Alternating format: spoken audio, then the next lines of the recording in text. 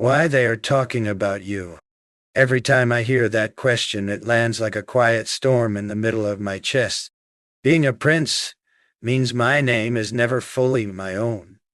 It drifts through rooms I've never entered, whispered by people who have never stood close enough to see the truth in my eyes.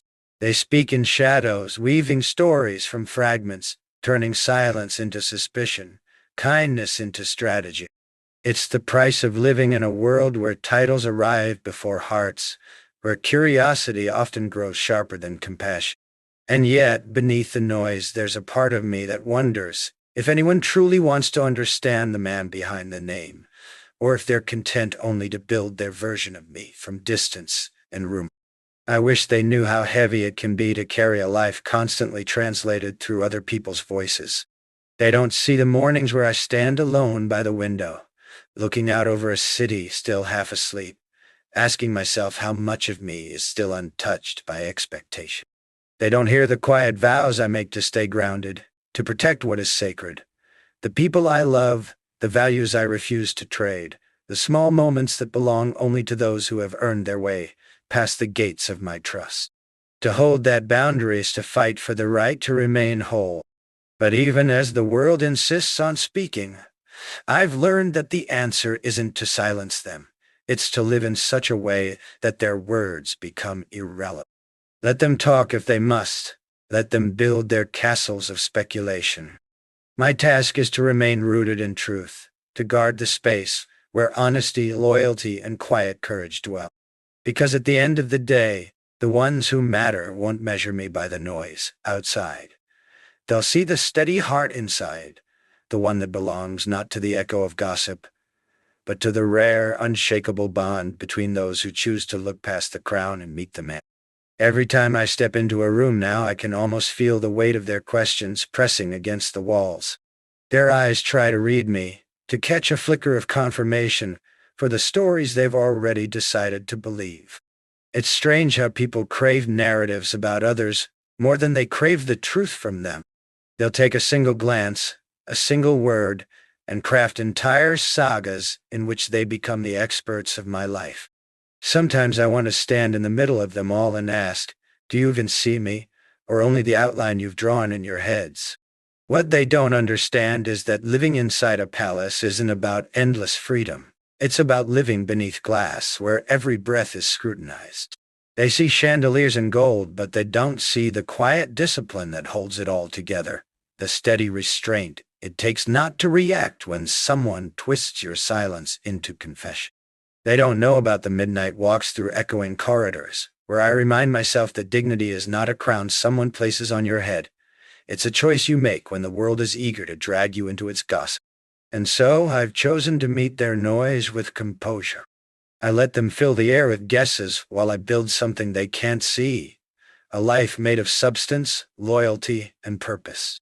When the whispers grow loud, I return to the people who truly know me, the ones who don't need headlines to understand my character.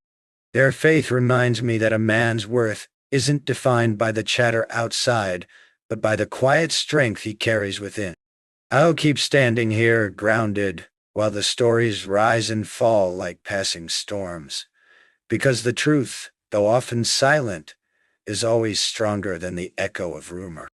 They've woven their theories so tightly that even the air feels thick with them, as though every breath carries a question I never asked to answer.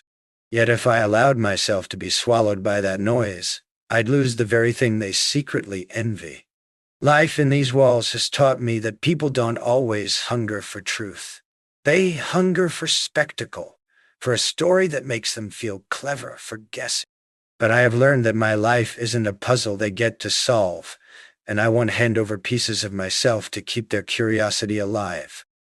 What they fail to grasp is that behind the marble halls and silver cutlery lies an unspoken code, one I live by even when it's lonely.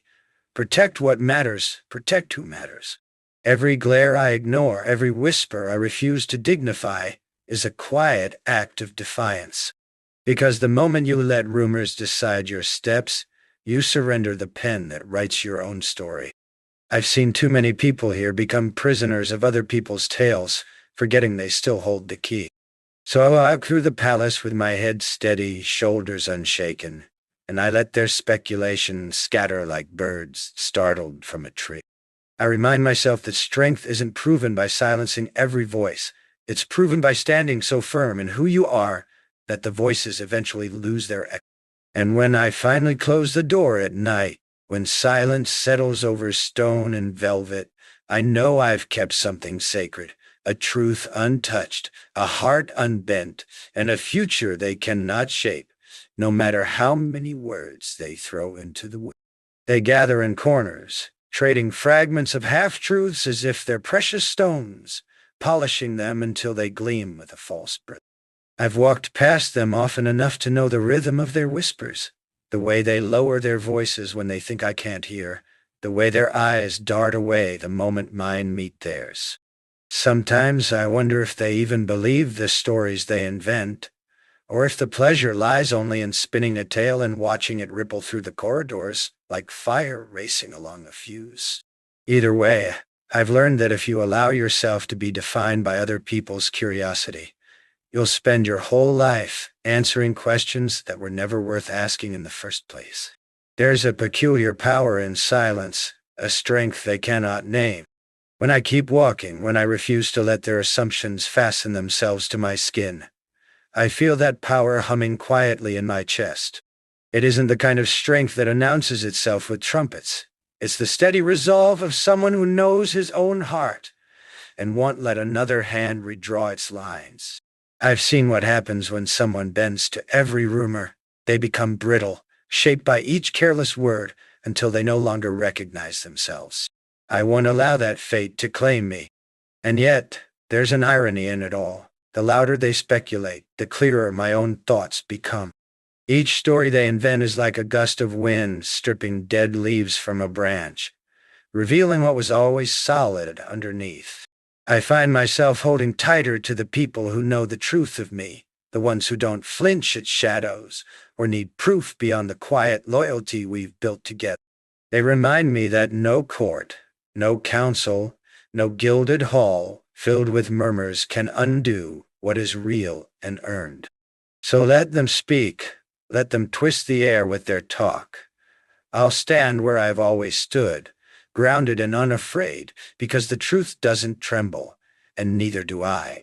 They think they're clever, as if their whispers could slip past my notice, but I hear them even in the stillness between midnight and dawn. They sit in polished rooms, crafting theories about why I spend so much time away from the banquet tables, about who might have captured my attention, about why I guard certain corners of my heart. They speak as if they understand sacrifice, yet they've never had to trade pieces of themselves for duty, never had to measure every breath against the weight of an entire nation. It is easy to invent stories about a man when you have never walked through fire to keep his world from crumbling. Sometimes I wish they could see what lies behind these walls when the grand halls are empty. They would see the quiet hours when I pace the corridors, torn between choices no one should have to make. They would see the private letters I keep locked away, written but never sent, filled with words I have no place to speak aloud. They would see the sleepless nights spent at my desk, studying reports of unrest beyond the palace gates, wondering if my decisions will hold or falter when tested by time.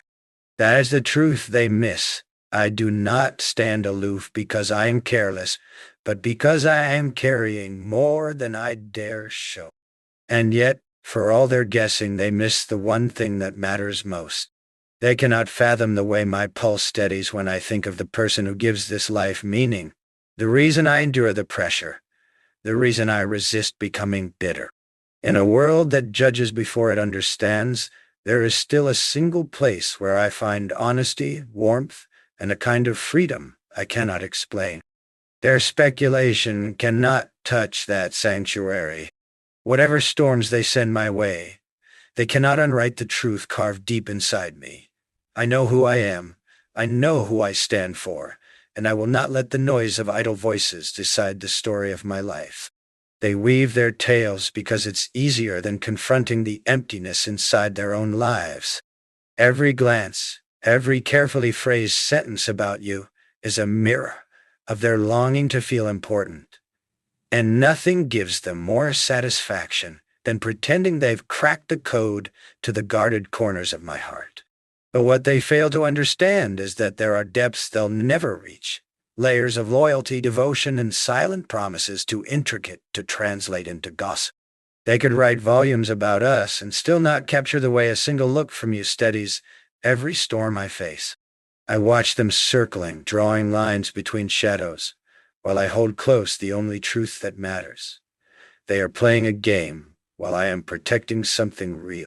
I've learned that strength isn't always in the roar of declarations, but in the stillness of restraint. If they only knew how many times I've wanted to stand in the center of their echoing chambers and tell them, "You're wasting your breath. I already know where my loyalty lies." But I don't, because part of guarding something precious is allowing no one the power to bruise it. My silence isn't weakness. It's the discipline of a man who values what is sacred above the fleeting applause of the crowd. I will let them chatter until their voices wear thin, because their words are only dust compared to the weight of what I feel. Even when the air around the palace thickens with their speculation, I remind myself of the reason I bear it all. The thought of you is a quiet pulse underneath the noise, a reminder that I don't endure for the sake of crowns or titles, but for the life I want to build beyond all this. That vision is what keeps me upright when I'm tempted to let anger take hold.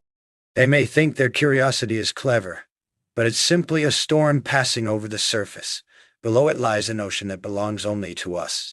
And in that ocean, unbothered by their smallness, I keep charting a course toward the day when the truth will no longer need to be hidden, because it will be evident in every step I take beside you.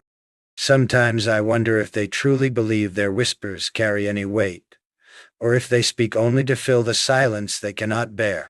They draw maps of our lives with ink that runs as soon as it meets reality, convinced they see the whole picture while they're holding only scraps. Their voices gather like smoke in the corridors,